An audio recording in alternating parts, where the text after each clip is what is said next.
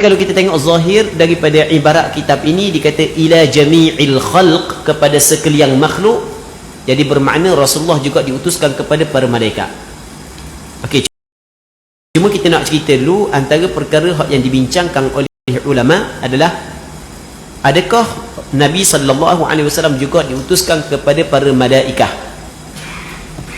Majoriti ulama mengatakan Rasulullah ataupun sebahagian daripada ulama mengatakan Rasulullah hanya diutuskan kepada jin dan manusia sahaja, tidak diutuskan kepada para malaikat. Namun sebahagian yang lain mengatakan Rasulullah juga diutuskan kepada para malaikat, bukan hanya kepada jin dan manusia, juga kepada para malaikat. Pandangan yang mengatakan Rasulullah diutuskan kepada jin, kepada para malaikat, risalah Rasulullah kepada malaikat ni risalah tasyrif ke ataupun risalah taklif? Berlaku khilaf pula di sini. Ada sebahagian mengatakan risalah Rasulullah kepada para malaikat adalah risalah tasyrif, maksudnya untuk memuliakan malaikat itu sendiri. Dan ada bahagian yang kedua mengatakan Rasulullah diutuskan kepada malaikat juga risalah taklif, maksudnya ada bebanan yang dibebankan kepada malaikat. Okey, jelas di sini ya. Dan antara ulama yang berpandangan bahawasanya Rasulullah diutuskan juga kepada para malaikat adalah Imam Taqiyuddin As-Subki. Begitu juga Imam As-Suyuti. Sehingga kan Imam As-Suyuti dia buat satu kitab. Nama kitab Imam As-Suyuti Tazyinul Ara'ik fi Irsalin Nabi sallallahu alaihi wasallam ila al-malaik. Okey, ini kitab Imam As-Suyuti membincangkan perkara ini. Jadi Imam As-Suyuti ketika dia berpandangan bahawasanya Rasulullah juga diutuskan kepada para malaikat, dia tulis kitab dan didatangkan hujah-hujah dia. Tapi majoriti ulama mengatakan Rasulullah tidak diutuskan kepada malaikat. Dan antara hujah Imam As-Suyuti, kalau nak baca lebih mendalam, cari kitab nama dia Tazyinul Ara'ik fi Irsalin Nabi sallallahu alaihi wasallam ila al-malaik, karangan Imam Jalaluddin As-Suyuti.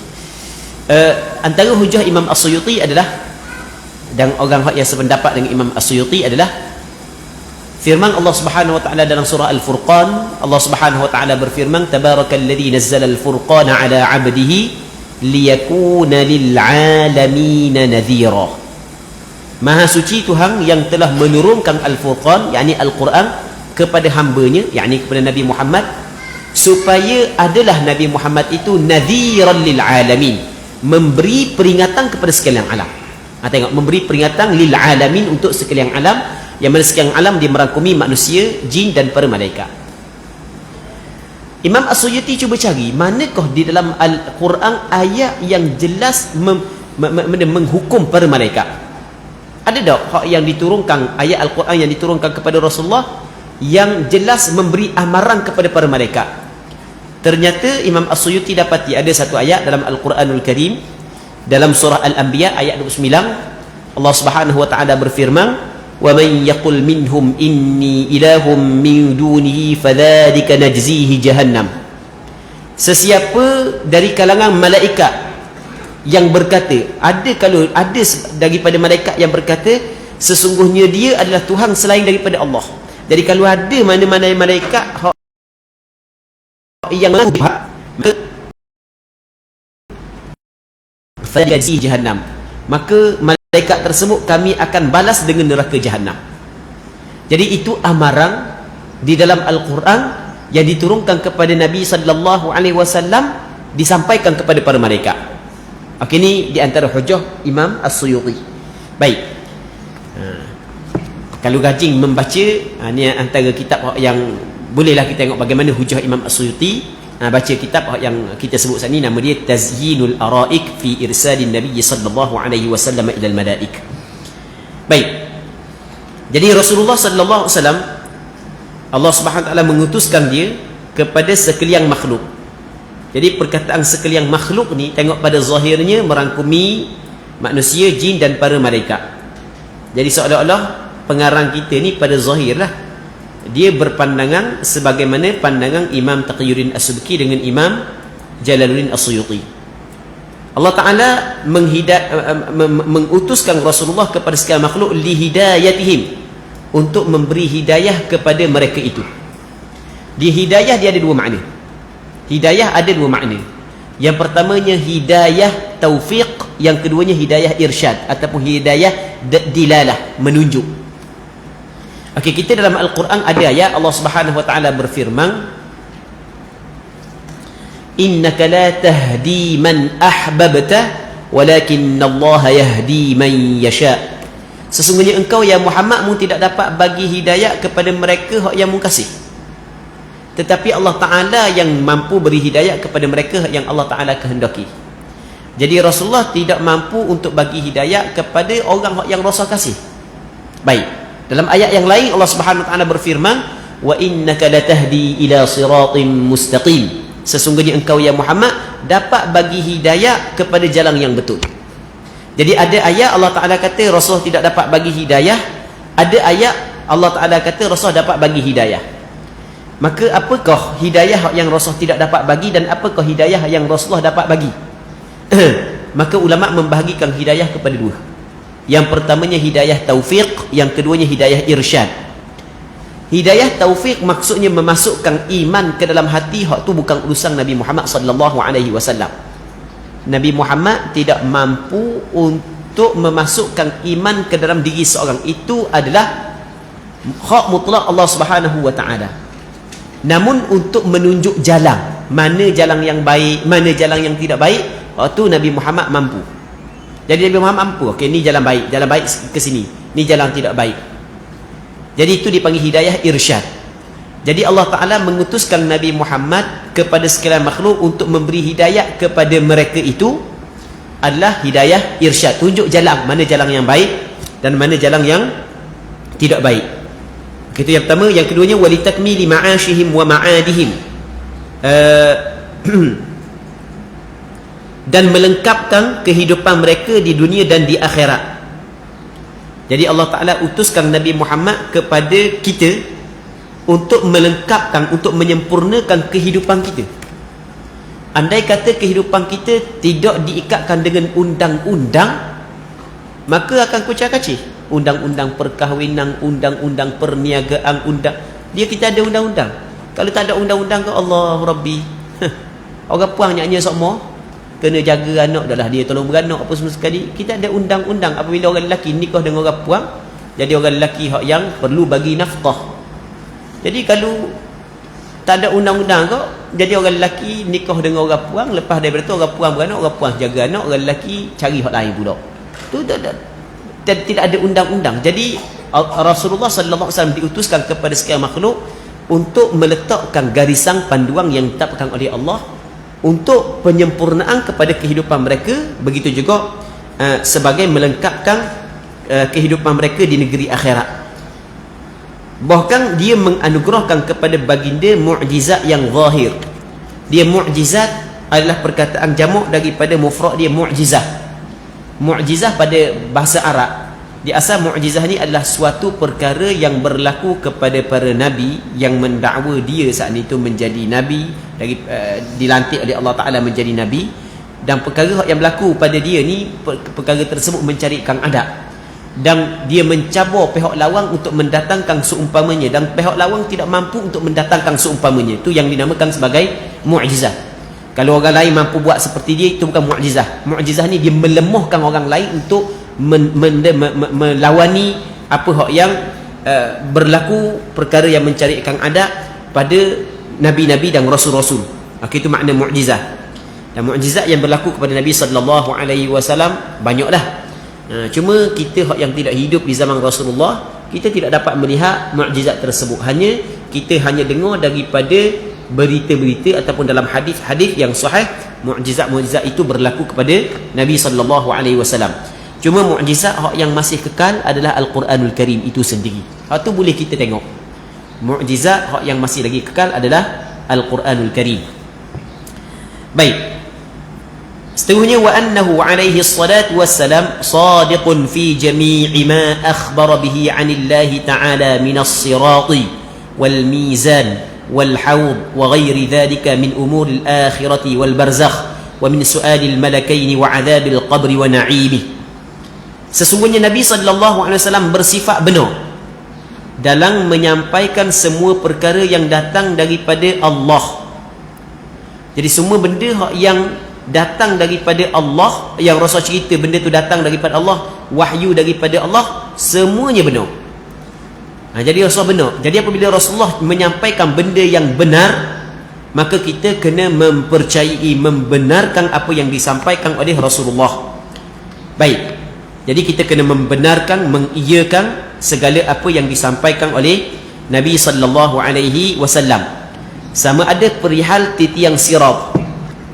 Titiang sirat adalah suatu titiang yang dibentangkan di atas permukaan neraka jahanam. Begitu yang disebut di dalam hadis, dibentangkan di atas permukaan neraka jahanam. Hamba-hamba Allah Ta'ala yang melalui titiang sirat, dia berbeza daripada seorang kepada seorang yang lain. Ada hak yang melalui titiang sirat seperti kilat yang menyambar, laju. Ada hak yang lambat, macam-macam. Dan kita mengharapkan Allah Subhanahu Wa Ta'ala menjaga kita ketika kita melalui titiang sirat. Baik. Yang pertama. Yang keduanya adalah timbangan al-mizan. Timbangan al-mizan, di sana ada neraca. Yang mana neraca ini Allah Subhanahu Wa Ta'ala perintahkan kepada para malaikat untuk menimbang amalan anak Adam. Orang Islam yang kebaikan dia lebih baik, lebih berat berbanding dengan kejahatan, maka tempat dia adalah syurga.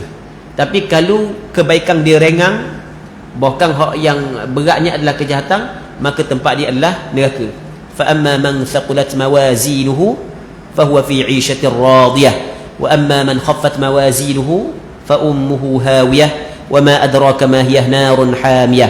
Adapun orang yang berat mawazinuhu, timbangan amalan kebaikannya, fahuwa fi 'ishatir radiyah, dia akan berada dalam kehidupan yang amat disukainya, iaitu syurga Allah Subhanahu Wa Ta'ala. Tapi wa amma man khaffat mawazinuhu, adapun mereka yang ringan timbangan neraca kebaikan dia, yang beratnya adalah kejahatan, fa ummuhu hawiyah wa ma adraka ma hiya narun hamiyah, maka tempat kembalinya adalah neraka. Na'udzubillahi min dzalik. Semoga Allah Subhanahu Wa Ta'ala menyelamatkan kita semua. Yang mana timbangan al-mizan yang disebut dalam beberapa hadis, timbangan mizan ni dia ada dua benda. Kalau panggil benda dua sini, dia panggil dua dacing. Dia ada dua dacing. Ada satu dacing diletakkan amalan kebaikan, satu dacing diletakkan amalan kejahatan. Baik. Seterusnya perigi al-haud. Al-haud tu makna kolam, makna perigi, kolam. Kita kena percaya sebab benda ni disebut oleh Nabi sallallahu alaihi wasallam. Kita di sana ada dua. Yang pertamanya haud, yang keduanya kautsar. Haud dan kautsar benda yang sama ataupun benda yang berbeza? Kalau kita tengok kalau kita kumpul segala dalil yang berkait dengan sama ada daripada Quran ataupun hadis yang berkait dengan kautsar dengan haud, ternyata haud lain daripada kautsar. Dan ini disebut oleh Imam Ibn Hajar Al-Asqalani dalam kitab Fathul Bari. Haud lain daripada kautsar. Kerana kautsar tempatnya adalah dalam syurga, manakala haud adalah tempat dia di tepi syurga. Jadi maksudnya di luar syurga. Kolam Nabi sallallahu alaihi wasallam dia lain daripada kautsar atas pandangan sebahagian daripada ulama. Cuma air daripada haud dia datang daripada telaga kautsar yang berada dalam syurga. Baik. Jadi dalam bab kautsar, telaga kautsar dengan haud adakah sama ataupun berbeza? Di sini ada perbincangan di kalangan ulama. Sebahagian ulama mengatakan sama, ada sebahagian ulama mengatakan berbeza. Baik. Al-haud, kolam. Dan kolam Nabi sallallahu alaihi wasallam, dia sebenarnya di akhirat, di padang mahsyar, setiap nabi diberi kolam. Setiap nabi diberi kolam dia. Dan sesiapa yang minum daripada kolam Nabi sallallahu alaihi wasallam, yang disebut dalam hadis la yadhma'u ba'dahu abada, dia tidak akan dahaga selama-lamanya. Dalam satu hadis kata Nabi sallallahu alaihi wasallam, inna haudhi ab'adu min ailata min adan, sesungguhnya kolam aku lebih jauh, lebih luas daripada Ailah, daripada Adan. Ailah adalah satu negeri yang terletak di negara Palestin, manakala Adan adalah satu negeri yang terletak di negara Yaman. Lebih luas lagi. Lepas tu Rasulullah sallallahu alaihi wasallam cerita tentang warna dia, lahu ashaddu bayadan min ath-thalj. Air dia lebih putih daripada salji. Ni hak yang disebut oleh Rasulullah sallallahu alaihi wasallam. Dan wa ahla min al-asal bil laban, lebih manis daripada asal, daripada madu sekali dengan susu. Lepas tu Rasulullah sallallahu alaihi wasallam menceritakan tentang bekah-bekah yang berada pada tebing kolam saat itu lebih banyak daripada bintang yang berada di langit. Lepas tu aku menghalang orang lain daripada mendatangi kolamku sebagaimana tuang unta menghalang unta orang lain daripada mendatangi kolam bagi dia. Jadi sampai masa tuang unta nak bagi minum air kepada untanya, tiba-tiba datang unta lain, tuang unta akan halang. Begitulah Nabi sallallahu alaihi wasallam akan halang orang lain daripada mendatangi kolam Rasulullah. Maka para sahabat tanya, ata'rifuna yauma idzin ya Rasulullah? Mungkena ke kami pada hari itu, sedangkan manusia ada belaka pada hari tersebut, start daripada manusia yang awal-awal diciptakan sehingga yang paling akhir sekali diciptakan. Maka kata Nabi sallallahu alaihi wasallam, "Na'am, ya aku kenal kamu. Sebab dia lakum sima laysat li ahadin minal umam." Mung ada tanda, yang mana tanda ni tidak ada pada umat-umat yang lain. Tariduna alayya ghurran muhajjalin min atharil wudu. Mung datang kepada aku dalam keadaan muka, tangan, kakimu berseri-seri, bercahaya dari kerana kesan wudu. Baik. Jadi orang yang sembahyang patut kita ambil wudu, sebenarnya dia akan meninggalkan cahaya di negeri akhirat. Maksudnya dia akan melahirkan cahaya, yang mana dengan cahaya tersebut Nabi sallallahu alaihi wasallam dapat mengenali umatnya. Akhirnya Rasulullah memberi izin kepada orang tersebut untuk minum daripada kolam Nabi sallallahu alaihi wasallam. Dan berkait dengan titiang sirat, mizan, kolam dan ada perkara-perkara yang lepas daripada ni, dia termasuk dalam perkara yang ghaib. Dia perkara yang ghaib, dia benda yang ghaib tidak boleh kita nak qiyas, mesti kita kena dengar daripada wahyu. Apabila Rasulullah cerita benda ni berlaku, maka ketika tu kita kena percaya. Baik. Seterusnya kata dia lagi, dan selainnya daripada perihal akhirat, benda-benda yang akan berlaku di negeri akhirat, contohnya adalah dibangkitkan kita daripada kubur, dibangkit semula setelah daripada hancur.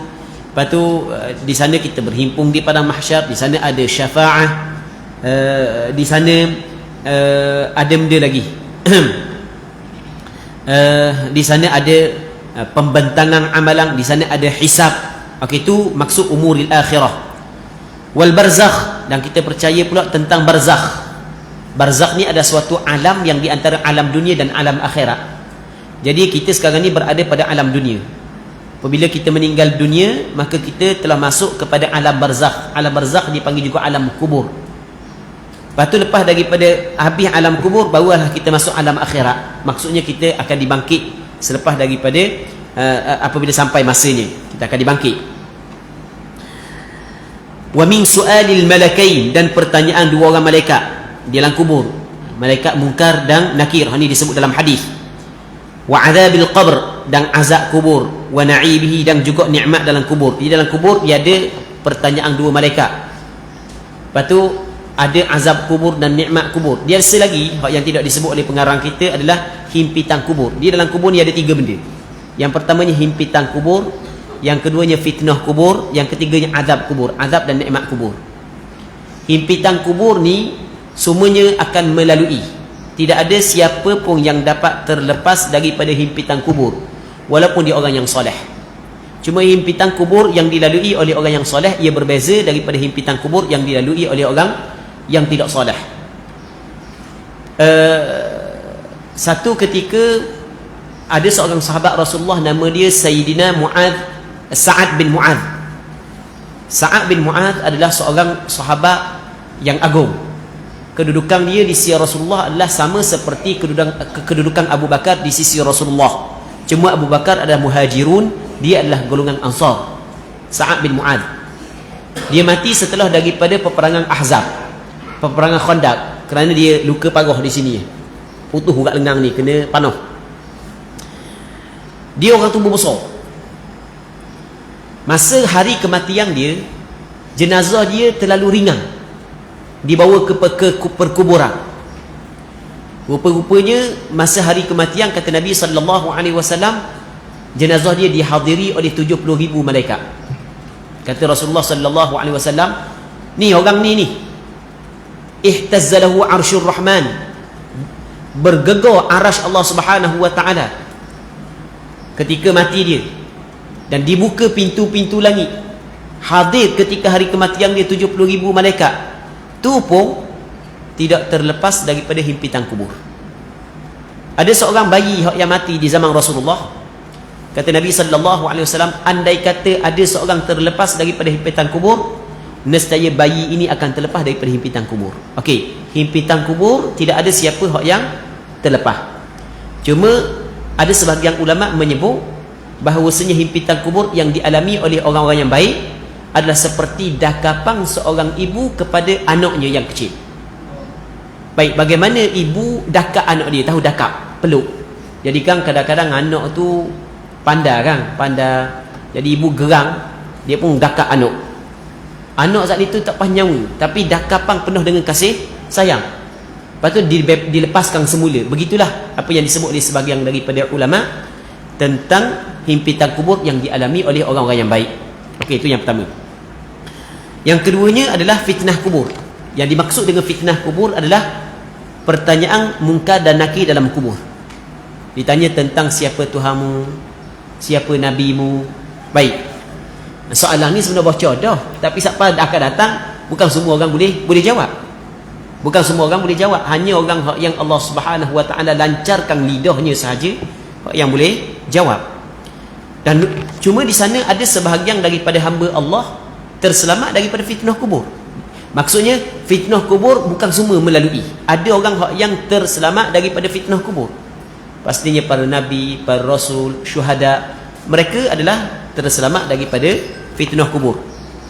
Baik, yang ketiganya adalah azab kubur dan nikmat kubur. Dalam kubur ada azabnya, dalam kubur ada nikmatnya. Jadi satu ketika Nabi SAW melalui dua kubur. Kata Rasulullah, innahuma la yu'adzaban wa ma yu'adzabani fi kabir. Sesungguhnya penghuni dua kubur sekarang ni sedang diseksa. Sedang diseksa, sedang diazab. Sebenarnya kedua-duanya bukanlah diazab kerana suatu perkara yang besar. Amma ahaduma fakana yamshi bin namimah. Salah seorang daripada keduanya masa dia hidup di atas dunia, dia suka menjadi batu api. Dia suka mengancung, dia menjadi batu api. Dia punca daripada berlaku perbalahan orang. Wa ammal akhar fakana la yastanzihu minal baul.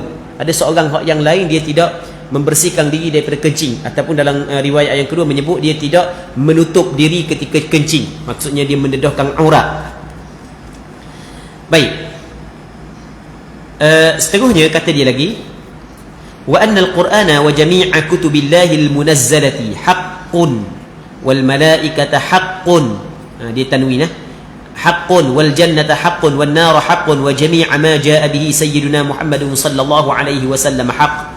Dan sesungguhnya Al-Quran dan semua kitab yang diturunkan oleh Allah itu adalah benar. Okey, Al-Quran yang kita baca itu adalah benar, datang daripada Allah. Dan semua kitab yang diturunkan adalah benar.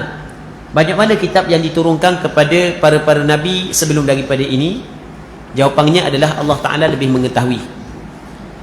Cuma hak yang disebut dalam Al-Quran, disebut dalam hadis, antaranya adalah Taurah diturunkan kepada Nabi Allah Musa, Injil diturunkan kepada Nabi Allah Isa, Zabur diturunkan kepada Nabi Allah Daud, Quran diturunkan kepada Nabi Allah Muhammad. Dan di sana ada suhuf, helayang kertas. Kalau kita cakap agak maksudnya sikit lah, diturunkan kepada Nabi ni diturunkan kepada Nabi Musa, diturunkan kepada Nabi Ibrahim.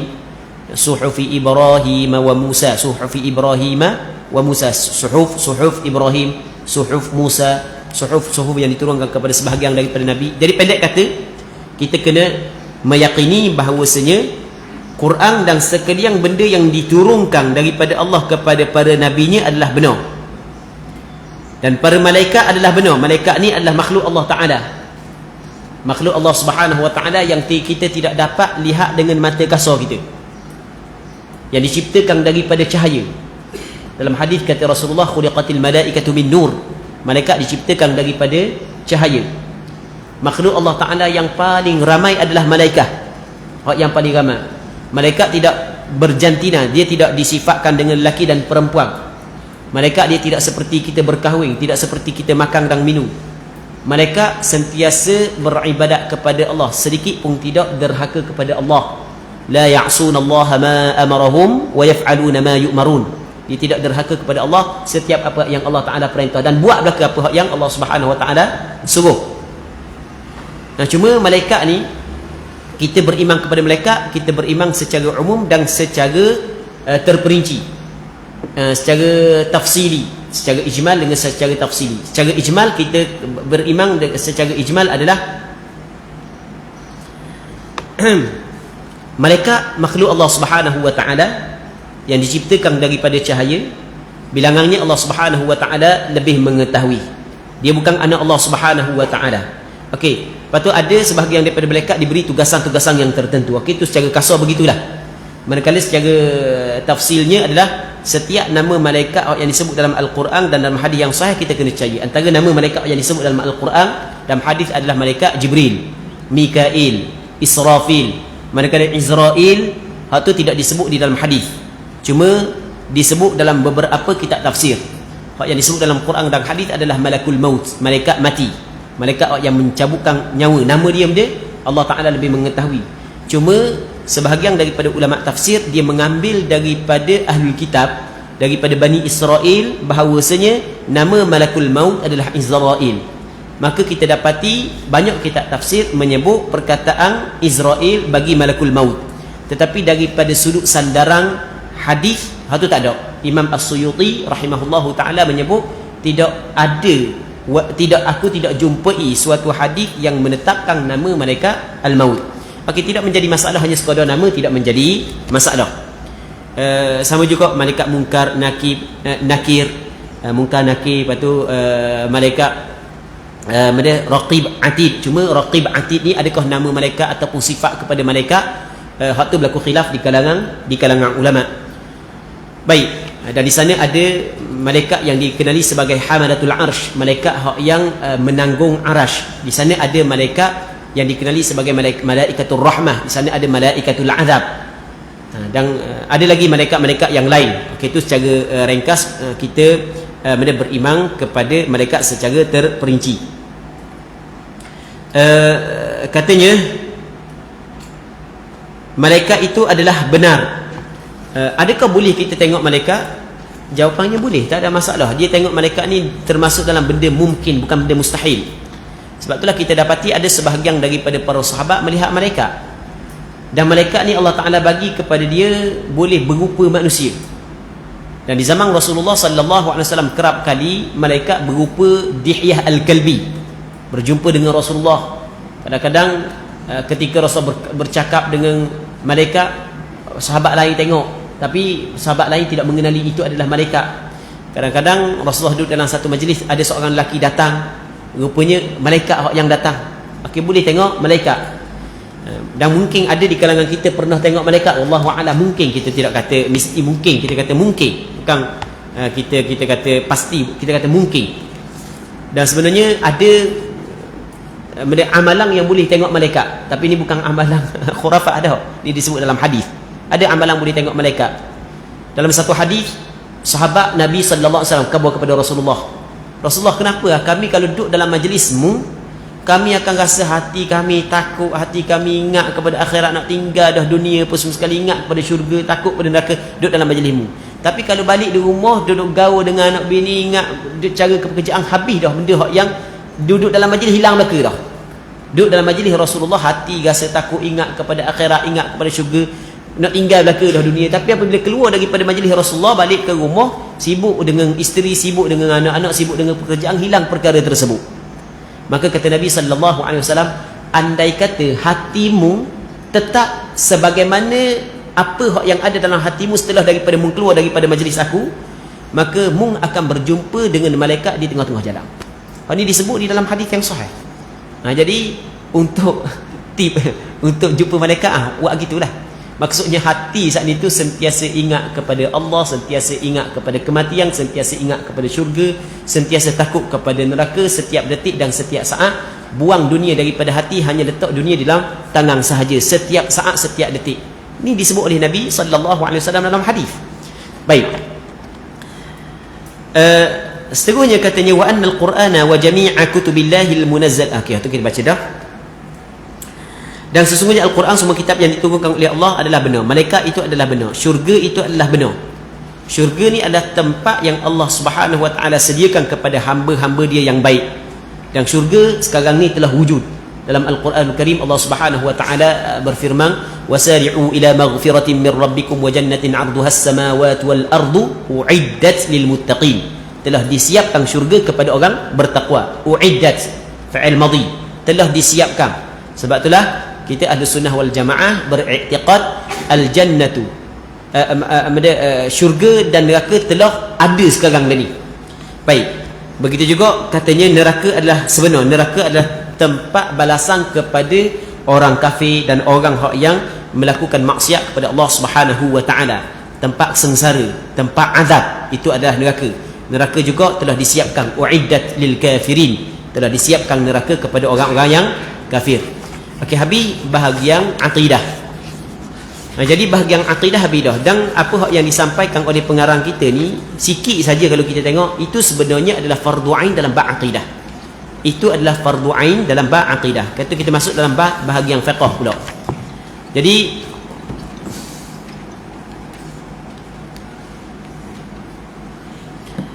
katanya faslun fi furudil wudu. Fasal pada menyatakan fardu wudu. Furudul wudu'i sittah. Fardu wudu ada 6. Yang dimaksud dengan fardu di sini adalah rukun wudu. Benda yang menjadi juzu bagi hakikat wudu. Jadi hakikat wudu terdiri daripada 6 perkara ini. Yang pertamanya al-awwalu an-niyah. Pertamanya niat.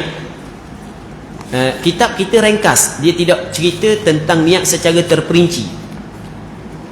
Cuma kita sebut secara ringkas sedikit, kita syarah sedikit berkenaan dengan niat. Dia dalam perbahasan niat dia ada 7 perbincangan. Dia di sana ada 7 perbincangan berkenaan dengan niat. Yang pertamanya adalah hakikat niat. Apakah niat sebenarnya? Yang keduanya hukum niat. Yang ketiganya tempat niat. Yang keempatnya zaman niat, masa niat. Yang kelimanya kaifiat niat. Yang keenamnya syarat niat. Yang ketujuhnya maksud niat. Okey, dalam perbincangan niat ada 7 perbincangan. Haqiqatun, hukmun, mahallun wa zaman, kaifiyatun, syartun wa maqsudun hasan. Hakikat niat itu apa? Apakah definisinya? Apa itu yang dinamakan sebagai niat? Niat kata ulama adalah qasdus syai', keinginan dalam hati untuk melakukan sesuatu, itu yang dinamakan sebagai niat. Sebab itulah kalau orang memahami hakikat niat, maka dia tidak akan timbul waswah dalam apa jua pelaksanaan niat dalam ibadat. Tak kiralah ibadat apapun, dia tidak akan timbul waswah kalau dipaham hakikat niat. Niat ni adalah kehendak dalam hati untuk melakukan sesuatu. Setiap sesuatu yang kita lakukan dalam keadaan kita sedar dan disengajakan ada niat. Setiap sesuatu yang kita buat dalam keadaan kita sedar dan kita sengajakan, memang kita nak buat perkara tersebut, ada niat. Biasanya anda buat contoh begini. Okay, katakanlah ni air mineral sebagai contoh. Kita pergi kedai, kita nak beli air mineral, kita tanya tuan kedai, air mineral ni harga dia berapa? Tuan kedai kata harga dia RM2. Kita pun ambil duit dalam poket RM2. Kita ambil duit dalam poket RM2, kita nak bayar air mineral ni. Sebenarnya ada niat. Sebab kita buat dengan sengaja dalam hati kita. Kalau kita nak lafazkan apa yang hadir dalam hati kita ketika kita nak bayar tu adalah begini bunyinya: sengaja aku mengambil duit RM2 untuk bayar air mineral ni. Itu niat-niat bukanlah suatu perkara yang payah. Setiap perbuatan kita yang dilakukan dengan sengaja dalam keadaan kita sedarlah, maka sebenarnya ada niat. Niat adalah perkara yang cukup mudah. Maka itu hakikat niat. Yang keduanya hukum niat. Hukum niat, kebajikan niat, hukum dia adalah wajib. Niat sembahyang adalah wajib, niat puasa wajib, niat zakat wajib, niat benda lagi. Kebanyakan niat hukum dia adalah wajib. Di sana ada niat hukum dia bukan wajib, hukum dia sunat. Sunat saja niat. Kalau kita tidak niat sekalipun tak ada masalah. Sebagai contoh, mandi jenazah. Hukum mandi jenazah adalah wajib. Berniat ketika kita mandi jenazah, hukum dia sunat. Tapi tidak mungkin, ataupun bukan kita kata payah untuk kita gambarkan orang tu dalam keadaan dia tidak tidur, dia dalam keadaan sedar, dia mandi jenazah, tiba-tiba tidak ada niat untuk mandi jenazah. Payah lah lagu tu. Berlaku gitu. Tapi niat mandi jenazah hukum dia adalah sunat. Sama juga niat tawaf bagi orang yang melaksanakan ibadah umrah, hukum dia adalah sunat, bukan wajib. Kerana niat tawaf ke sa'i ke dia masuk dalam niat ihram. Kan kita nak buat umrah. Sampai di miqat kita niat, sahaja aku mengerjakan umrah dan aku berihram dengannya kerana Allah Taala. Jadi apabila kita niat umrah, segala perbuatan-perbuatan yang kita akan buat selepas daripada ni dimasuk di bawah niat umrah. Sampai di Mekah kita pun nak tawaf. Adakah wajib kita ke niat tawaf? Tidak. Hukum dia adalah sunat. Okey, dia ada ibadat-ibadat tertentu hukum niat adalah sunat, tapi kebanyakan ibadat hukum niat adalah wajib. Okey, yang pertamanya hakikat niat, yang keduanya adalah hukum niat, yang ketiganya adalah tempat niat. Tempat niat dengan kesepakatan ulama di dalam hati. Sepakat ulama mengatakan tempat niat adalah hati. Maksudnya mulut tidak disyaratkan. Mulut tidak disyaratkan. Cuma apakah hukum berlafaz dengan niat? Hukum berlafaz dengan niat, ulama berbeza pandangan. Sebahagian daripada ulama mengatakan sunat berlafaz dengan niat. Mazhab Syafi'i, mazhab Hanafi, sebahagian ulama dalam mazhab Hanbali, sebahagian ulama dalam mazhab Maliki mengatakan hukum dia adalah sunat. Namun sebahagian ulama yang lain, iaitu sebahagian ulama dalam mazhab Imam Syafi'i sendiri, sebahagian ulama dalam mazhab Hanafi, dan pandangan yang kebanyakan ulama dalam mazhab Maliki dan kebanyakan ulama mazhab Hanbali mengatakan tidak sunat berlafaz dengan niat. Okey, kita kena ingat tempat niat adalah hati. Manakala berlafaz dengan niat, sepakat ulama mengatakan tidak disyaratkan. Cuma apakah hukum berlafaz dengan niat? Ulama berbeza pandangan. Sebahagian daripada ulama mereka berpandangan bahawasanya berlafaz dengan niat hukum dia adalah sunat. Termasuklah pandangan mazhab Imam Syafi'i. Sebab dia sunat kerana mereka melihat bahawasanya niat tempatnya adalah hati. Kadang-kadang kita ni hati kita terganggu dengan banyak sangat benda yang kita fikir. Maka untuk membantu menghadirkan niat, kita berlafaz. Kita kadang-kadang ayah kita ataupun mak kita ataupun isteri kita minta kita pergi beli kedai. Orang lelaki ni dia payah nak tulis-tulis. Dah kita lah, orang lain mungkin tak tahulah. Payah nak tulis, kita pakai ingat je. Ingat, mula bini suruh beli 5, buat balik 3. Baik, jadi kadang-kadang kita, mak kita suruh beli 5 barang, kita tak tulis. Kita dalam perjalanan tu kita ulang. Ni gula gandum ni, kita ulang. Baik, jadi untuk membantu menghadirkan ataupun membantu benda di dalam hati. Okey, atas alasan inilah sebahagian daripada ulama mengatakan sunat berlafaz dengan niat, liyusa'idal lisanul qalb, supaya lidah membantu hati. Okey, tempat niat adalah hati, mulut tidak disyaratkan. Andai kata mulut kata lain tapi hati niat lain, kita mesti kena kira dalam hati. Dia nak semayang, tengah nak akad takbiratul ihram, dia kata nawaitu sawma ghadin an ada'i fardhi syahri ramadan li hadhihi sanati lillahi ta'ala. Allahu akbar. Orang hak tepi dia tengok gitu, sah tak semayang dia? Okey, kita kena tengok bagaimanakah dalam hati dia. Dalam hati dia, aku semayang fardu zuhur 4 rakaat kerana Allah Subhanahu wa taala, sah niat dia. Tapi kalau mulut usolli fardhu dhuhri 4 rakaatin ma'muman mustaqbilal qiblati, habis disebut belaka lillahi ta'ala, Allahu akbar, tapi dalam hati sahaja aku bayar zakat, maka tidak sah sembahyang dia. Sebab tempatnya adalah hati, bukan mulut. Baik, okey, itu tempatnya. Yang ketiganya masa niat, zaman niat. Niat dia ada masa dia. Bilakah waktu kita nak niat? Dalam mazhab Imam Syafi'i, kebanyakan ibadat waktunya adalah permulaan ibadat. Waktunya adalah permulaan ibadat itu sendiri. Waktunya. Kerana dia waktu niat adalah permulaan ibadat. Kerana kita dalam Al-Quranul Karim ada ayat Allah Subhanahu wa taala berfirman, "Wa ma umiru illa liya'budullaha mukhlishina lahuddin." Tidak diperintahkan kepada mereka itu melainkan supaya mereka itu beribadat kepada Allah dalam keadaan ikhlas kepada Allah dalam beragama. Perkataan mukhlisin maksudnya berniat. Mukhlisin maksudnya berniat. Kita kalau kita belajar ilmu tata bahasa Arab, mukhlisin ini i'rabnya jadi hal. Hal dia ada sahib dia. Sahib dia adalah fa'il bagi ya'budu, waw itu. Kita kaedah hal adalah al-halu wasful li sahibihi qaidul li'amili. Hal ini adalah sifat kepada tuangnya dan dia menjadi ikatan kepada amalnya. Maksud dia, okey, begini kita hurah dengan bahasa yang lebih mudah. Tidak diperintah kepada mereka itu melainkan supaya mereka itu beribadat. Bilakah mereka supaya mereka itu beribadat? Ketika mereka itu beribadat, mereka itu mesti kena ikhlas. Ketika mereka beribadat mesti kena ikhlas. Jadi ikhlas adalah sifat kepada mereka dan keikhlasan itu mesti berlaku ketika mereka beribadat. Maka sebab itulah ulama mazhab Imam Syafi'i mengatakan niat mesti pada permulaan ibadat. Akhirnya kalau kita buka dalam kitab mazhab Imam Syafi'i dia kata an-niyatu qasdu syai'i muqtarinan bi fi'lih. Niat adalah qasad untuk melakukan sesuatu disertakan dengan perbuatan. Kerana Allah Taala sebut begitu, mukhlishina lahuddin.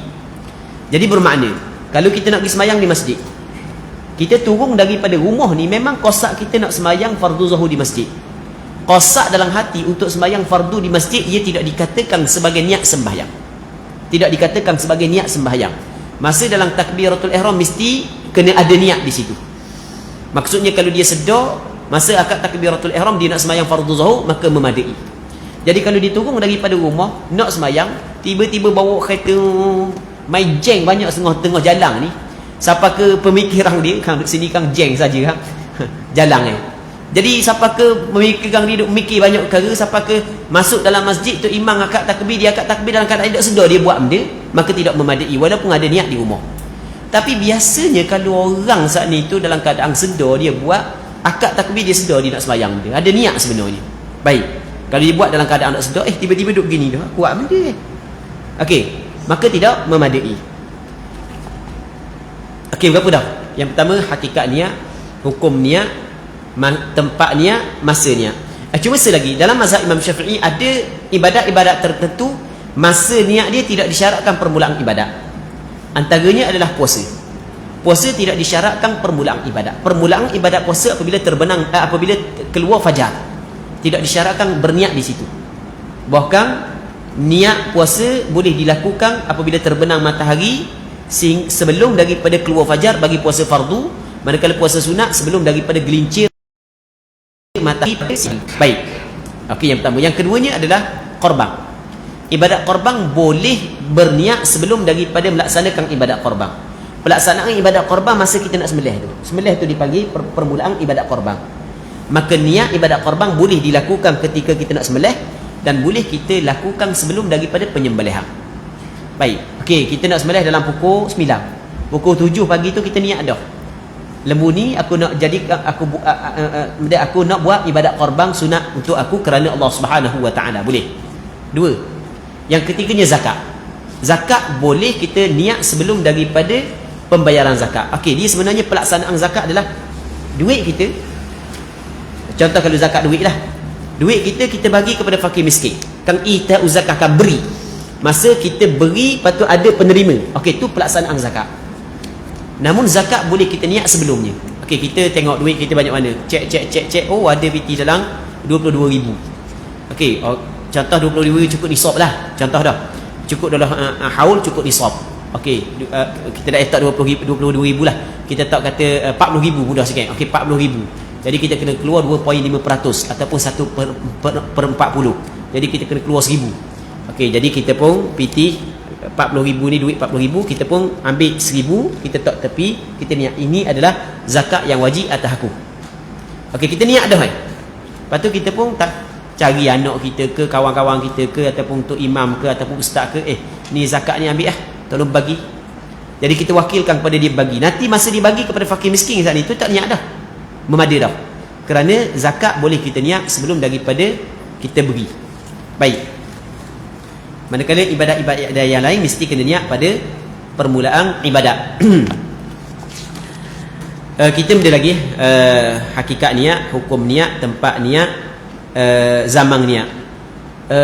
Kita ada lagi haqiqatun, hukmun, mahallun wa zaman, kaifiyatun. Kaifiyat niat, cara niat. Okey, cara niat ni dia berbeza daripada suatu ibadat kepada suatu ibadat yang lain.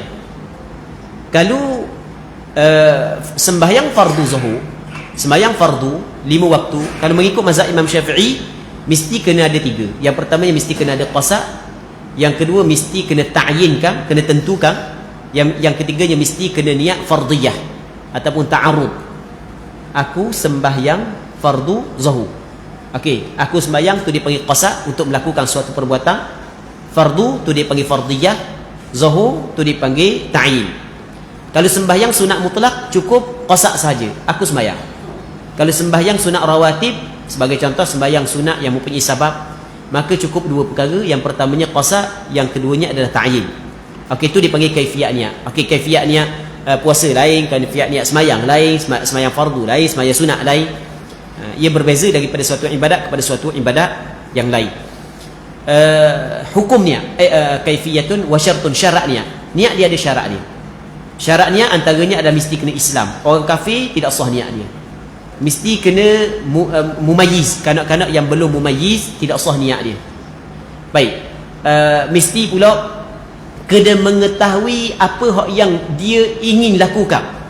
Kalau niat untuk sembahyang tapi dia tidak mengetahui apa itu sembahyang, maka tidak sah niat dia. Dan antara syarat dia lagi adalah dia tidak mendatangkan perkara yang menafikan niat. Antara perkara yang menafikan niat adalah sebagai contoh, dia sembahyang tiba-tiba dia qasa untuk berhenti daripada sembahyang, atau itu termasuk dalam perkara yang menafikan niat. Last sekali adalah maksudnya, tujuan niat. Sebenarnya benda tujuan kita niat. Tujuan niat yang disebut oleh ulama adalah 2 perkara. Yang pertamanya adalah untuk kita membezakan di antara adat dengan ibadat. Ada kala kita duduk dalam masjid kerana kita duduk pada satu tempat kerana kita nak berehat. Ada kala kita duduk pada satu tempat untuk kita beribadat. Contoh, kita duduk dalam masjid, tujuan untuk kita beribadat, melakukan ibadat iktikaf. Okey, apakah perbezaan di antara kita duduk di dalam masjid tujuan untuk kita rehat, untuk berehat, dan tujuan untuk kita beribadat? Perbezaannya adalah niat. Jadi niat, tujuan yang pertamanya adalah untuk membezakan di antara adat dengan ibadat. Kadang-kadang kita basuh muka, kita basuh tangan adalah kerana kita tengok muka kita kotor, ataupun muka kita panas, jadi basuh muka. Kadang-kadang kita basuh muka kerana ibadat. Maka untuk membezakan adat dengan ibadat adalah niat. Yang keduanya adalah untuk membezakan di antara martabat ibadat. Di ibadat ada ibadat fardu, ada ibadat sunat.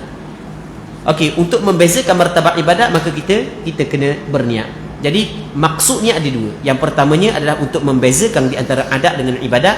Yang keduanya untuk membezakan di antara martabat ibadat. Baik.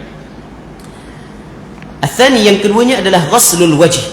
Ghaslul wajhi wa hadduhu min manabiti sya'ri ar-ra'si ila muntahal lahyayn wa dhaqan quda wa 'arda wa hadduhu min manabiti sya'ri ar-ra'si ila muntahal lahyayn wa dhaqani qulan wa 'ardan min al-udhuni ila al-udhun. Gitu. Yang keduanya membasuh muka. Okey, perkataan membasuh muka ni kita ada 2 perkataan.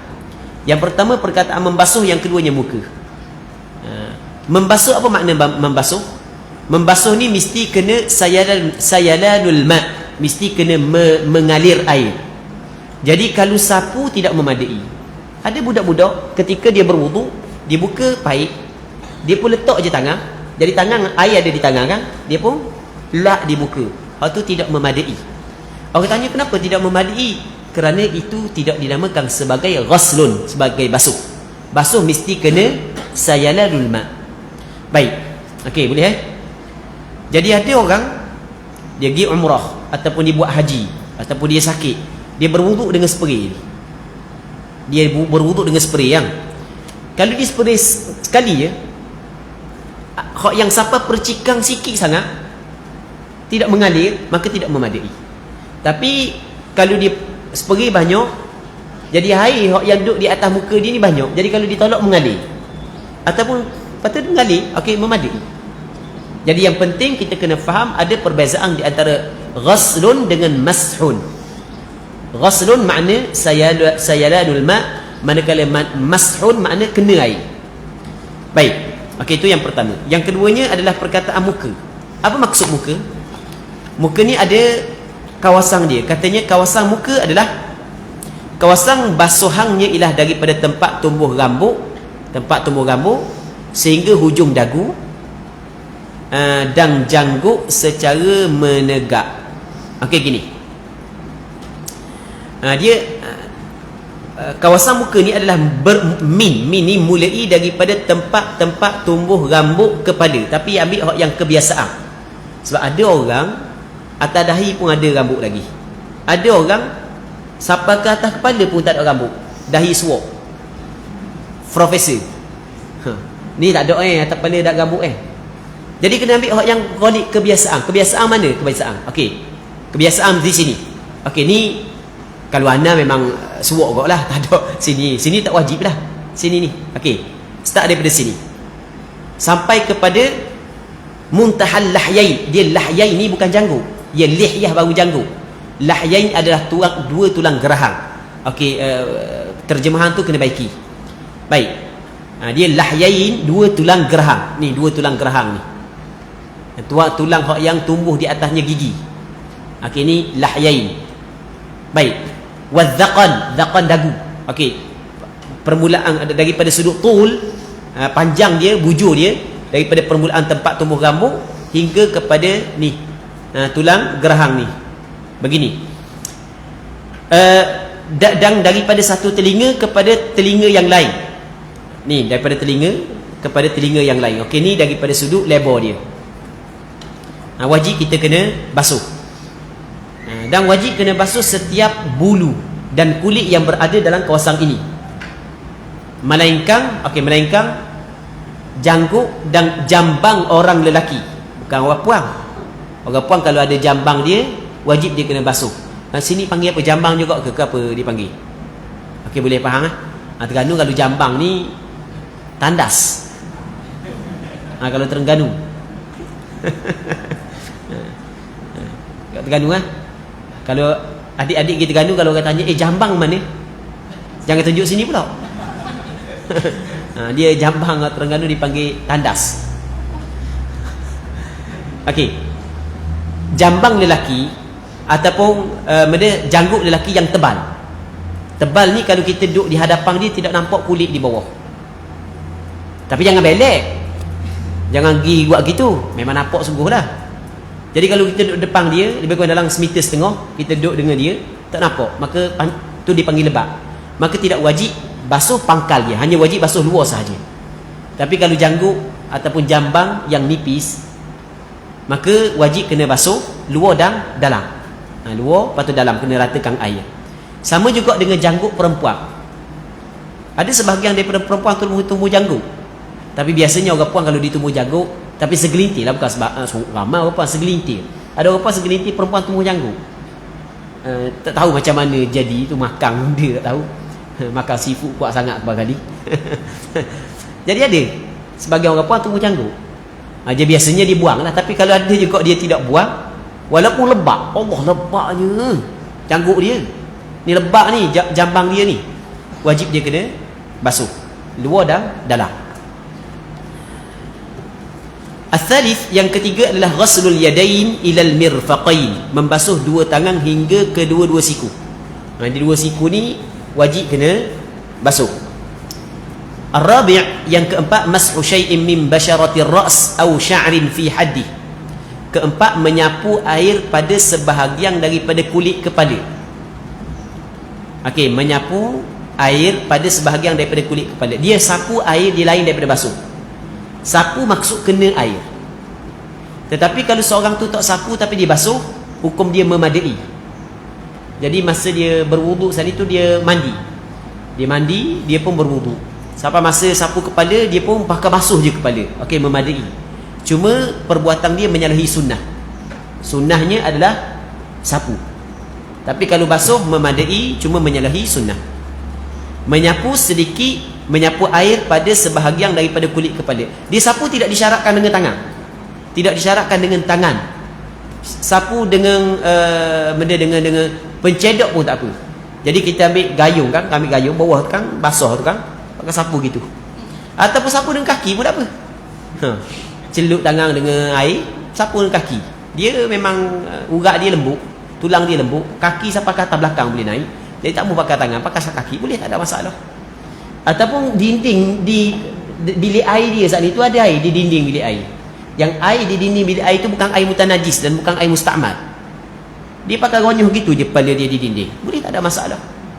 Dia tidak disyaratkan sapu dengan tangan. Cuma sapu dengan tangan hak tu hak yang paling afdal. Baik. Katanya lagi atau rambut dalam kawasan kepala. Kita gini. Kita apa yang dituntut adalah kita sapu kepala. Sapu sebahagian daripada kepala. Andai kata atas kepala kita ada rambut, maka memadai sapu di atas rambut, tapi dengan syarat rambut yang berada dalam kawasan kepala. Kita dalam Al-Quranul Karim, apa yang diperintahkan kepada kita adalah sapu kepala. Allah Ta'ala berfirman, Ya ayyuhalladzina amanu idza qumtum ila salati faghsilu wujuhakum wa aydiyakum ilal marafiqi wamsahu biru'usikum. Hendaklah kamu sapu biru'usikum, sebahagian daripada kepala kamu. Sebab tu dia kata sapu kulit kepala bagi orang yang tak ada rambut. Manakala ada orang ada rambut, boleh disapu di atas kepala, di atas rambut, tapi dengan syarat rambut yang berada dalam kawasan kepala. Jadi kalaulah perempuan dia sanggul rambut dia, yang mana kalau dia lepas rambut tersebut, yang kawasan dia sanggul saat itu akan berada di luar kawasan kepala, tapi masa dia berwuduk dia sapu di atas sanggul tu je, dia tidak sapu daripada tempat yang lain, maka tidak memadai. Ataupun perempuan dia pakai tudung, dia sayang nak pecah tudung dia sebab dia takut membazir masa. Sebab pakai tudung pula ambil masa lebih tau. Mungkin setengah jam pula pakai tudung nak baki tau. Jadi sayang nak pecah tudung. Jadi dia masa dia berwuduk sana tidak pecah tudung. Dia pun ambil basuh muka, okey katalah basuh tangan, sampai masa basuh sapu kepala, dia pun buka tudung di bawah, dia sapu rambut yang berada di bawah sahaja. Lepas tu tidak memadai kerana rambut tersebut keluar daripada kawasan kepala. Walaupun pangkal dia berada dalam kawasan kepala. Kan kadang-kadang rambut kita tumbuh dalam kawasan kepala, tapi panjang yang hujung dia saat ni tu keluar daripada hak kepala. Jadi bagi orang yang ingin sapu rambut rambut yang berada atas kepala, pastikan rambut saat itu berada dalam kawasan kepala. Al-khamis, yang kelima, ghaslur rijlaini ma'al ka'bain, membasuh kedua kaki hingga kedua-dua buku lali. Basuh dua kaki hingga dua buku lali. Maksud dua buku lali wajib dibasuh. As-sadis, yang keenam, at-tartibu ala hadhil kaifiyah, kena tertib dengan kaifiat tersebut. Tertib ni ikut aturan dia. Basuh muka dulu, lepas tu basuh tangan, sapu kepala, lepas tu basuh kaki. Begitu ikut aturan dia. Kalau tidak ikut aturan dia, maka hak yang tidak ikut aturan tidak memadai. Contoh, dia basuh tangan dulu, lepas tu baru basuh muka. Okey, basuh tangan tidak memadai. Okey, basuh muka tak ada masalah, memadai kalau ada niat ketika tu. Jadi tangan kena basuh semula. Okey, jarang orang buat lagu tu, tak ada orang buat lagu tu kalau orang belajar. Orang belajar tak buat gitu. Biasanya hak berlaku macam mana? Hak berlaku, kita lepas daripada berwuduk, tiba-tiba kita dapati ada cap ataupun ada suatu yang menghalang air rata di tangan kita. Jadi kita tengok, Allah, benda pula gam, cap, tak rata air di tangan. Baik, jadi apabila tidak rata air di tangan, jadi bermakna tangan belum lagi sempurna basuhan dia. Tapi kita telah sapu kepala, telah basuh kaki, maka di sini tidak ada tertib. Kerana kita tidak boleh berpindah kepada basuhan berikutnya, melainkan setelah daripada sempurna basuhan sebelum. Jadi tangan belum lagi sempurna, tiba-tiba kita telah sapu kepala, maka tidak ada tertib. Maka sapuan kepala dan basuh kaki tidak dikira. Basuh semula tangan yang belum lagi rata, lepas tu sapu semula kepala, basuh balik kaki. Baik. Katanya ghuslul janabah, mandi janabah. Wa in kana alaihi janabatun min mujama'atin aw khuruj maniyyin binawmin aw ghairihi, lazimahu ghuslu jami'i badanihi ma'niyati raf'il janabah. Bagi sesiapa yang berjunub, sama ada kerana jima'. Jima' ni maksudnya bersetubuh lelaki dengan perempuan, atau keluar mani. dengan sebab tidur atau selainnya, dia bermimpi, masa tidur bermimpi keluar mani, ataupun selain daripada bermimpi, tak kira lah. Dia masalah keluar mani, tak kira lah keluar mani secara auto ke ataupun manual ke, boleh fahamkan? Maksudnya semuanya mewajibkan mandi asal kata keluar mani. Maka hendaklah dimeratakan air ke seluruh badannya berserta niat mengangkat hadas besar. Jadi apabila orang tu berjunub, dia berjunub ni ataupun janabah dia terjadi daripada salah satu daripada dua perkara. Yang pertamanya adalah bersetubuh. Apabila lelaki memasukkan kepala kemaluan dia ke dalam farak perempuan ataupun ke dalam dubur, maka mewajibkan mandi, sama ada keluar mani ataupun tidak. Yang keduanya adalah keluar mani melalui persetubuhan ataupun bukan persetubuhan, melalui mimpi ataupun selain daripada mimpi, wajib mandi. Cara mandi adalah dengan kita meratakan air kepada seluruh tubuh anggota yang zahir serta niat. Jadi rukun mandi dua saja. Yang pertamanya adalah niat, yang keduanya meratakan air seluruh tubuh berserta niat mengangkat hadas besar. Okey Abi, nawaqidul wudu. Jadi boleh kita berhenti rehat dulu Ustaz Mak? Boleh tak? Tapi kita boleh buka soalan sekejap. Kita buka soalan. Kita buka soalan lebih kurang dalam 10 minit ke tak? Okey, jadi kita buka soalan sekejap lebih kurang 10 minit, lepas tu kita rehat. InsyaAllah kita akan sambung balik lepas daripada Zuhur, insyaAllah.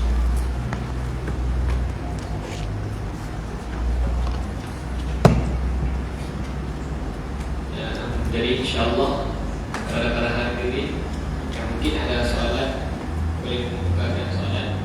Untuk muslimat mungkin boleh sediakan dalam kertas.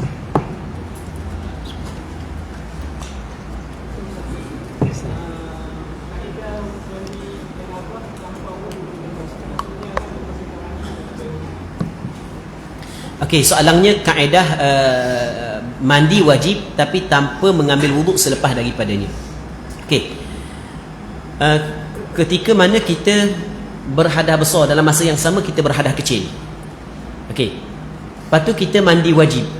Adakah hadas kecil terangkat dengan sebab kita mengangkat hadas besar? Okey, di situ kan. Itu maksud dia kan. Sebenarnya masalah ni ulama berbeza pandangan. Pandangan mu'tamad dalam mazhab Imam Syafi'i, apabila kita mengangkat hadas besar, maka secara automatik hadas kecil terangkat. Dengan maksud setelah daripada kita mandi wajib, tidak wajib kita mengambil wuduk untuk sembahyang. Bahkan boleh kita sembahyang begitu. Kerana apabila kita mengangkat hadas besar, hadas kecil terangkat secara automatik, tapi dengan syarat. Dengan syarat adalah tidak berlaku perkara yang membatalkan wuduk setelah daripada kita mandi wajib, dan tidak juga berlaku perkara yang membatalkan wuduk ketika kita mandi wajib. Kalau berlaku perkara yang membatalkan wuduk ketika mandi wajib, maka mesti kita kena ambil wuduk semula. Contoh, sebagai contoh, tengah-tengah kita mandi, tiba-tiba kita kecil. Tengah-tengah kita mandi, tiba-tiba kita pegang kemaluan, ataupun kita qada hajat, maka ia membatalkan wuduk. Maka setelah daripada mandi wajib kita kena ambil wuduk semula untuk kita sembahyang. Okey, jadi kesimpulan untuk jawapan kepada pertanyaan ini adalah mengangkat hadas besar secara automatik terangkat hadas kecil. Orang yang mandi wajib yang tidak melakukan perkara yang membatalkan wuduk ketika sedang mandi dan selepas daripada mandi, tidak wajib dia berwuduk setelah daripada mandi. Wallahu a'lam. Waalaikumsalam warahmatullahi wabarakatuh.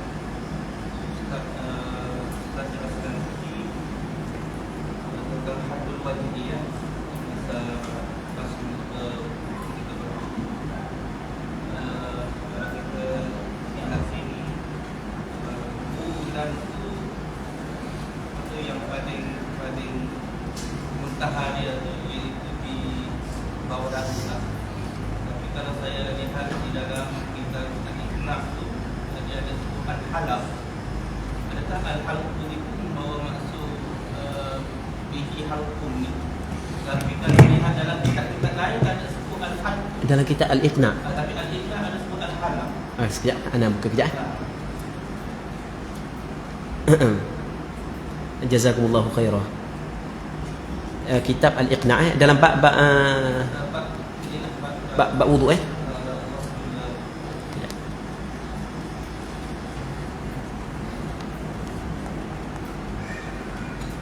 Al-Iqna' fi halli matni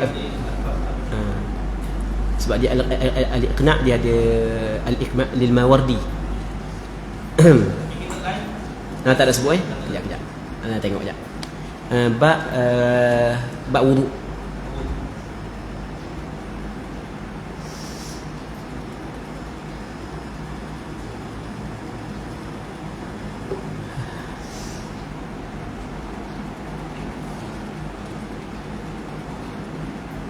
Dia kata wasani min al-furud ghaslu zahiri kulli al-wajhi. Yang kedua daripada fardu wudu adalah basuh yang zahir daripada kesemua muka, di qaulihi ta'ala faghsilu wujuhakum, kerana firman Allah Taala hendaklah kamu basuh muka kamu, walil ijma' dan kerana ijma' ulama. Wal muradu bil ghasli adalah al-inghsal, maksud dengan basuh saat itu terbasuh, sawa'un kana bi fi'lil mutawaddi aw bi ghairi, sama ada melalui perbuatan orang yang berwudu ataupun selain daripada orang yang berwudu. Wa kadzal hukmu fi sa'ilil a'dha, sama juga hukum pada kesemua anggota. Al-qaul fi haddil wajhi qulan wa 'arda. Okey, perbincangan berkenaan dengan kaus hak muka, panjang, bujur dan lebar. Al-wajhu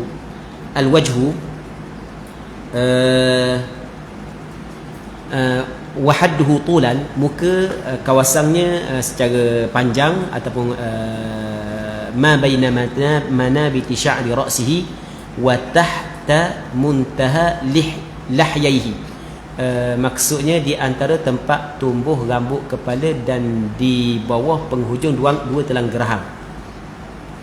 Wa huma bi fathil lami 'ala al-mashhur al-'azmani alladhani tambutu 'alayhim al-asnan. Maksudnya adalah dua tulang geraham ni adalah dua tulang yang tumbuh di atasnya dua gigi as-sufla, gigi bawah. Wa 'ardan, dan tak jumpa hak tu. Bukan kawasan had. Kawasan mana? Sekejap. Okey, tak apa. Nanti gini, tolong hantarkan anda tengok. Okey. Baik, nanti kita jawab ke dia tu. Tak ada di sini. Soalan lain ada lagi. Nanti hantarkan okey.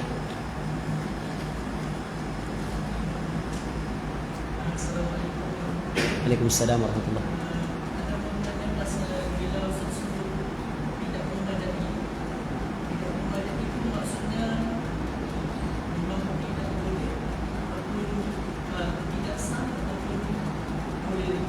Okey, tidak memadai.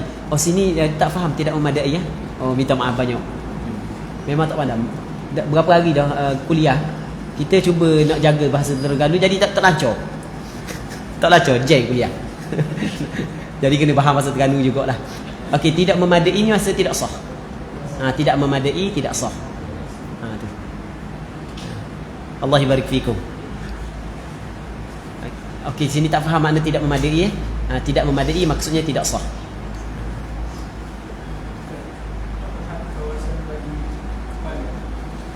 Dia kawasan kepala daripada tempat tumbuh rambut ni sehingga belakang ni. Sehingga belakang ni. Cuma hak ni tidak termasuk dalam hak kepala. Ini orang kita panggil dia seimbang, sini panggil apa tahu? Sama. Seimbang juga. Okey, ini tidak termasuk dalam hak kepala. Okey, sebenarnya sapu bahagian tu sah sebab masih lagi dalam hak kepala. Cuma tidak aula. Yang paling aula adalah sapu bahagian depan sebab Rasulullah disapu di atas ubung-ubung Rasulullah sallallahu alaihi wasallam. Sapu bahagian belakang memadai sebab masih lagi dalam kawasan kepala, cuma tidak afdal kerana Rasulullah sallallahu alaihi wasallam sapu di atas an-nasiyah, di atas ubung-ubung bahagian depan. Wallahu a'lam. Okey, ada soalan lain?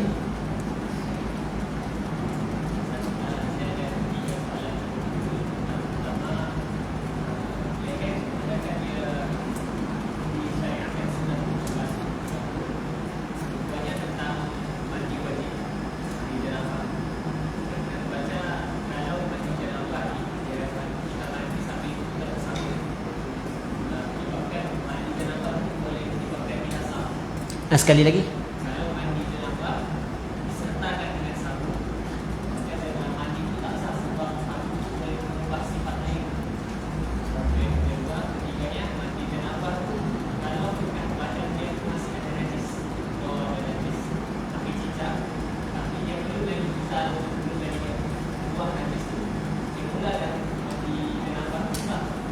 Okey. Soalan yang pertama berkenaan dengan sapu leher. Dia sapu leher dia ada dua. Yang pertamanya secara asal, yang keduanya secara tabak. Secara asal, secara tabak. Apa maksud secara asal? Adakah dituntut kita melakukan ataupun kita menyapu leher secara berasingan daripada menyapu kepala dan telinga? Maksudnya, antara sunat wudu adalah sapu kepala, sapu ke semua kepala, lepas tu sapu telinga, lepas tu sapu leher. Adakah sapu leher ni adalah tuntutan yang dilakukan secara berasingan? Boleh faham kan? Tidak ada dalil yang mengatakan bahawasanya sapu leher adalah sunat yang dilakukan secara asal dan secara berasingan. Jadi sapu leher tidak disunatkan. Dan dalam mazhab Imam Syafi'i tidak ada ulama mu'tabar yang menyebut bahawasanya antara perkara yang disunatkan adalah sapu leher secara berasingan sebagaimana sapu telinga secara berasingan. Namun sapu leher secara tabak itu disunatkan. Maksudnya secara tabak, secara mengikut. Kita sunat kita sapu ke semua kepala. Boleh faham kan? Sapu ke semua kepala. Apabila kita sapu ke semua kepala, maka hak yang belakang ni akan sampai di kawasan leher. Boleh faham kan? Jadi sapu leher saat itu kena adalah kerana kita sapu kepala. Kerana kita menyempurnakan sapu kepala, maka kena sebahagian daripada leher. Jadi sapu leher secara asal hak tu tidak dituntut. Tapi sapu leher secara tabak hak tu dituntut. Maksudnya secara tabak sebenarnya bukan sapu leher, tetapi sapu kepala tapi terkena leher. Boleh faham? Itu untuk yang pertama. Yang keduanya, ada orang kata mandi wajib. Kalau kita mandi wajib, lepas tu kita letak sabun, maka tidak memadai mandi wajib tersebut. Kita nak tahu memadai ataupun tidak, kita kena tengok syarat mandi itu sendiri. Antara syarat mandi adalah mesti kita kena guna air mutlak. Kena guna air mutlak.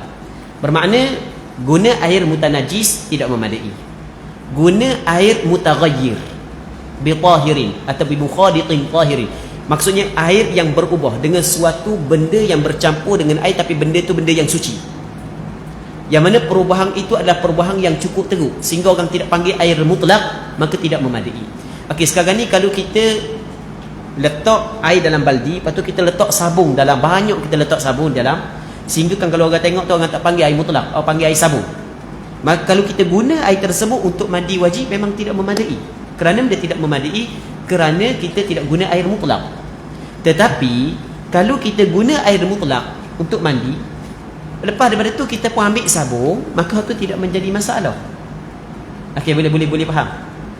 Lepas tu lepas daripada kita sabun, lepas tu kita guna pula air sekali lagi untuk menghilangkan sabun, maka sebenarnya tidak menjadi masalah, memadai. Dia sebenarnya masalah ni dia sama dengan masalah najis yang ada pada tubuh.